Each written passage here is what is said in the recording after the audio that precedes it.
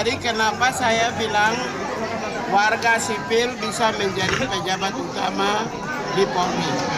Semua negara-negara modern di dunia itu namanya civilian oversight.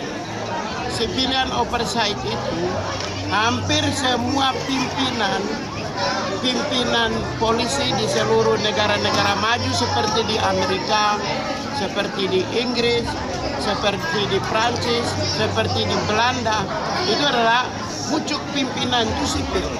Seperti NYPD. Ya, NYPD itu pucuk pimpinannya sipil. Dulu sebelumnya dia Departemen Sanitasi. Sekarang menjadi kepala NYPD. Tapi kalau pemimpin khusus teknis operasional kepolisian, namanya Chief of Department, itu polisi. Tapi pimpinannya selalu sipil. Karena negara-negara maju, pimpinan polisinya adalah menggunakan konsep civilian oversight, maka Indonesia juga bisa menerapkan itu. Ini kita tidak minta Kapolrinya adalah sipil, kita tidak minta.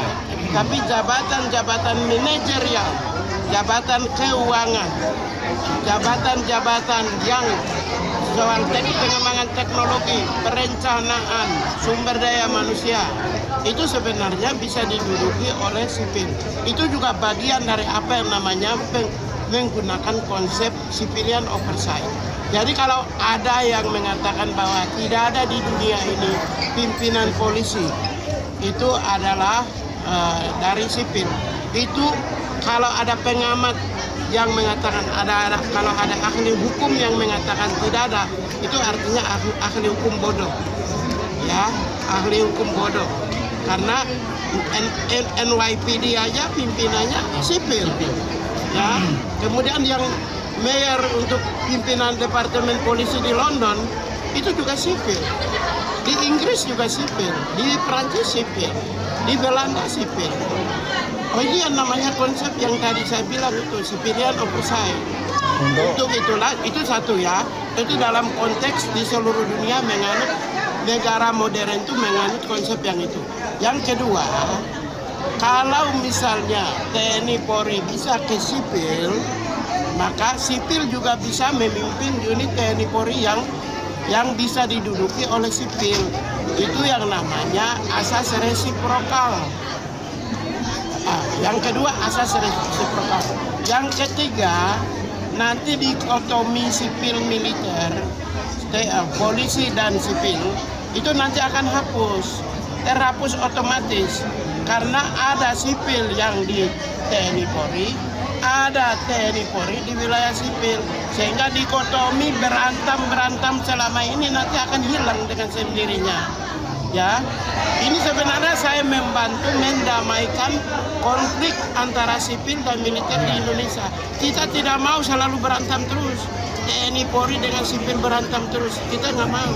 Maka saya mengusulkan jalan tengah, yaitu ada beberapa jabatan seperti keuangan, sumber daya manusia, personalia, manajemen, teknologi, sebaiknya baik itu institusi polisi ditempati oleh sipil.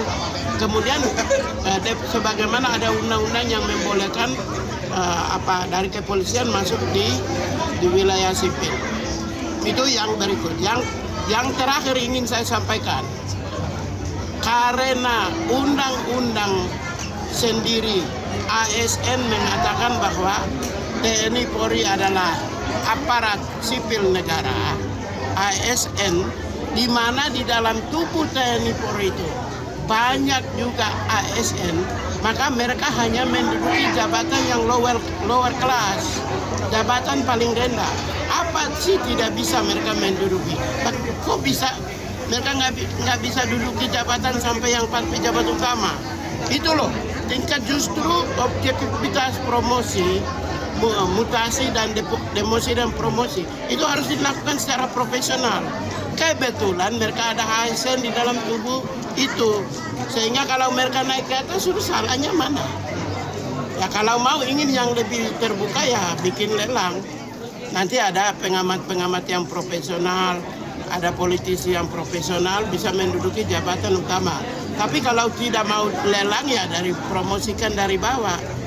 Kan di mana-mana di kantor-kantor kepolisian kan juga ada ASN. Kenapa mereka hanya berhenti di eselon 4? Kan sesederhana itu. Kalau di dalam mereka hanya berhenti di eselon 4, kenapa mereka tidak bisa menjadi eselon 1? Sesederhana itu. Oleh karena itulah saya menyampaikan bahwa revisi undang-undang kepolisian hari ini bisa memberi alokasi kepada komunitas sipil, yaitu civilian oversight untuk kepentingan bangsa dan negara pada masa yang akan datang. Tidak ada kepentingan pribadi. Ini untuk kita, tujuannya adalah membangun, itulah yang namanya reformasi kepolisian secara substansial, tidak sekedar simbolik. Untuk mewujudkan itu apa yang akan dilakukan Pak Menteri? Oh, saya nanti pulang, saya kumpulkan semua ahli. Di kantor saya itu ahli-ahli, tokoh-tokoh intelektual Indonesia, mereka kumpul bareng. Ya, membantu saya. Kita akan merumuskan dan kami akan menyampaikan kepada kepolisian sendiri maupun juga kepada DPR. Kita akan sampaikan. Ini serius, Pak. Karena negara-negara lain juga biasa. Ya. Amerika biasa. Di Inggris biasa. Prancis biasa. Ya, Belanda biasa. Kenapa sih Indonesia itu kok kayak macam sesuatu yang nggak bisa? Kan semua yang duduki juga anak bangsa Indonesia. Bukan untuk pribadi saya. Ya, Pak.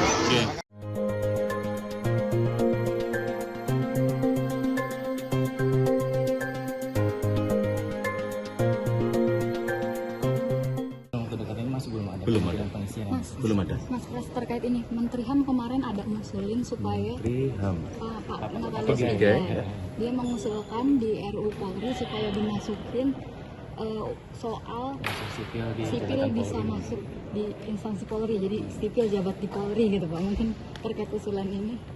Ya kalau sebagai sebuah usulan, saya kira dari mana saja kan bisa memberikan usulan kan, karena juga memang kebetulan hari ini kan sedang dibahas mengenai revisi undang-undang kepolisian. Saya kira ya disampaikan aja sesuai dengan mekanisme.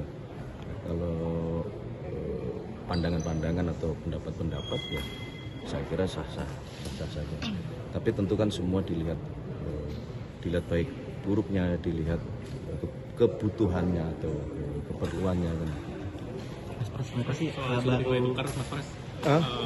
Selain isu nilai tukar, kalau dari sana melihat komunikasi dari Bank Indonesia kepada pelaku pasar ini seperti apa sih Mas? Soalnya ada anggapan komunikasi ke pelaku pasar ini kurang untuk menenangkan ketika rupiah sedang agak melemah. Ya kalau menurut hemat kami sebetulnya komunikasi sudah terus disampaikan kepada publik ya, hanya memang dalam situasi yang seperti ini seringlah secara alamiah kemudian kita cenderung merasa ada yang kurang, makanya tidak menjadi masalah. Justru itu mari harus kita perbaiki sebagai sebuah masukan, sebagai sebuah kritik yang konstruktif.